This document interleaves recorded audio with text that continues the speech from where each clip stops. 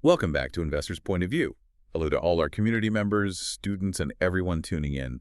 Today we are doing a deep dive into UiPath. We're going to try and pull out the key nuggets from their latest financial results. The mission here is to really understand the health and the direction of the company, especially with all this talk around agentic automation. Exactly. And for context, we're looking at their third quarter for fiscal year 2026. So that's the period that ended October 31st, 2025. And what's really important here is that these reports, they show some pretty critical shifts compared to where they were before. It suggests the business is maturing. Okay, so let's unpack the headline numbers for Q3. What stood out on the growth side of things?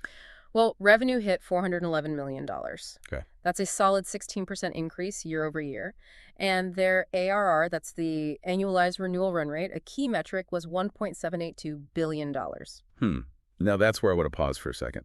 The ARR growth, which, is the lifeblood of their future subscriptions, Right. that was up 11%. So that's a bit lower than the 16% revenue growth. Should we be worried about that? I mean, is that a potential headwind? That's a really sharp question, and you're right to point it out. But I think if you connect it to another number, the dollar-based net retention rate, Which was? 107%. So existing customers are actually spending more, which is, very healthy. It stabilizes the base. But the real story, the monumental change this quarter, is actually all about profitability. Ah, yes. The big breakthrough. Can you explain, maybe for those who aren't deep in accounting, why the shift to GAAP profitability is so different and so important for investor confidence? Absolutely. So GAAP is just the standardized, most rigorous set of accounting rules. And historically, UiPath has posted GAAP losses. And they've been in that growth at all costs tech company mode. Exactly. But for the first time ever, in a third quarter, they are GAAP profitable. They actually made money according to the strictest rule. And how dramatic was that turnaround? It was huge. I mean, they posted a GAAP operating income of $13 million. Now, compare that to last year. In the same quarter, they had a GAAP operating loss of over $43 million. That is a massive swing. It really signals they're getting their operations under control. It does. It signals maturity. And even their non-GAAP operating income was strong at $88 million. So beyond the financials, what strategic moves are really driving this, especially around this idea of agentic automation?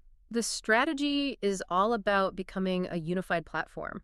They're moving past just being seen as, an RPA company. They're making some really high-profile integrations. The one with Microsoft Azure AI Foundry, for example, that's massive for enterprise client. Right, for scale. And then there's the partnership with OpenAI, specifically a new ChatGPT connector. Plus, they're working with NVIDIA. And the NVIDIA piece is about strengthening workflows in really sensitive areas, right? Yeah. Like healthcare or fraud detection. Precisely.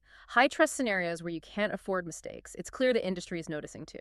Yeah, I saw they were named a leader in 2 different Gartner Magic Quadrants and even made it onto Time Magazine's Best Inventions of 2025 list. All of that adds up. So looking forward, management seems to feel pretty well positioned for the end of the year. And what's their outlook? What are they guiding for? For the fourth quarter, they're expecting revenue somewhere between $462 million and $467 million. Okay. And they see that key ARR number growing to almost $1.85 billion. They're betting that these partnerships and this new operating rhythm will carry them through. Considering UiPath's major pivot to verifiable GAAP profitability and their focus on integrating with leaders like Microsoft and OpenAI, do you think their current strategy provides long-term governance and trust enterprises need to fully scale agentic AI? Write your opinions in the comments section below. Thanks for being here. For more financial points of view, you are more than welcome to subscribe to our channel and give it a thumbs up. See you on the next one.